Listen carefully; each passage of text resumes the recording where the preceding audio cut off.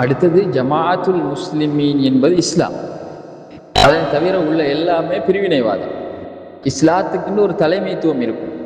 அந்த தலைமைத்துவம் என்பது இந்த சாதாரணமாக இன்று இஸ்லாம் என்ற பெயரில் பல அமைப்புகள் துவங்கி பல ஆங்கில எழுத்துகளோடு செயல்படுறாங்களே, இவங்கட ஜமாத்தில் உள்ள தலைமைத்துவம் போன்ற ஒரு தலைமைத்துவம் கிடையாது. அப்படி ஜமாத்துல் முஸ்லிமுடைய தலைமைத்துவத்தை கற்பனை கூட பண்ணல. ஏன்னு சொன்னால் ஜமாத்துல் முஸ்லிமீனுடைய தலைமைத்துவம் என்பது அடுத்த தலைமைத்துவம் எப்போ நியமிக்கப்படும் என்று சொன்னால் அந்த தலைமைத்துவம் மரணம் அடைஞ்ச பிறகு தான் நியமிக்கப்படும், அல்லது அந்த தலைமைத்துவத்தில் குஃப்ர் பவாஹ் தெளிவாக வர வேண்டும், அப்போ அதிகாரம் பறிக்கப்படும்.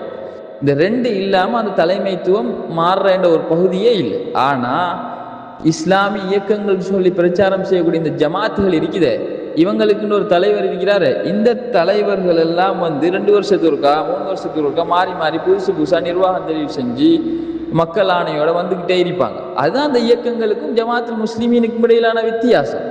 இதை மிக தெளிவாக நாங்கள் உணர்ந்து கொள்வோம்.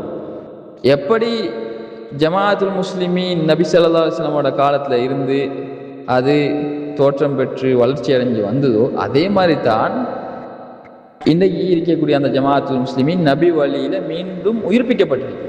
இந்த மாதிரி நடக்கும்னு சொன்னாங்க நபி ஸல்லல்லாஹு அலைஹி வஸல்லம். இஸ்லாம் உயிர்ப்பிக்கப்பட்டதன் பின்னால் 1400 ஆண்டுகளுக்கு முந்தி சொல்கிறாங்க, பதால் இஸ்லாம் கரீபன், இஸ்லாம் ஒரு விஃபரம் இல்லாமல் பரதேசியான ஒரு நிலையிலே குறைவான எண்ணிக்கையோடு ஆரம்பித்தது.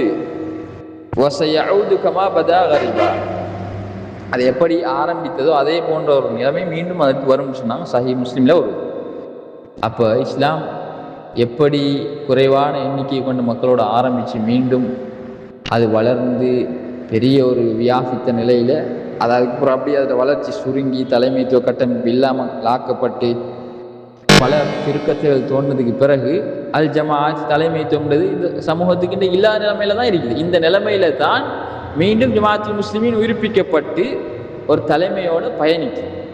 அந்த சத்தியத்தில் இணையுமாறு தான் மக்களையெல்லாம் நாங்கள் அழைக்கிறோம். அந்த தலைமைத்துவத்திற்கும் ஏனைய ஜமாத்தவர்களுடைய தலைமைத்துவத்திற்கும் இடையில் பாரிய ஒரு வித்தியாசம் இருக்குது. இதில் இருக்கிறது இஸ்லாமிய தலைமைத்துவம். இந்த தலைமைத்துவம் மாறுறதுக்கு 2 சந்தர்ப்பம் தான் இருக்குது. ஆனால் மற்றவர்களுடைய தலைமைத்துவம் மாறுறது அது அவங்களோட யாப்பின் பிரகாரம் அடிக்கடி மாற்றிக்கிட்டே இருப்பாங்க. பிடிச்சா வைப்பாங்க, பிடிக்கலன்னு சொன்னால் மக்கள் கூடி என்ன செய்வாங்க, நிர்வாகத்தை மாற்றுவாங்க. இதுதான் அந்த ஜமாத்தவர்களுடைய தலைமைத்துவம் என்பதை நாம் புரிஞ்சு கொள்ளணும்.